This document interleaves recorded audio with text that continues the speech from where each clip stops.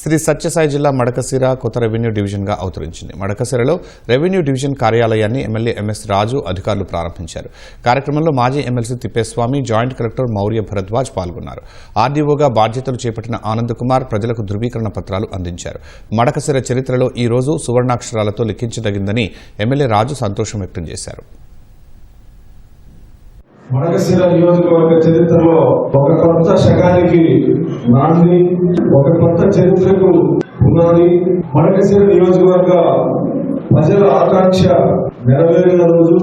గౌరవ ముఖ్యమంత్రి నారా చంద్రబాబు నాయుడు గారు మడకశిర నియోజకవర్గ ప్రజలకు నూతన సంవత్సర సంక్రాంతి కానుకగా రెవెన్యూ డివిజన్ ని ఈరోజు ప్రారంభించడం జరిగింది.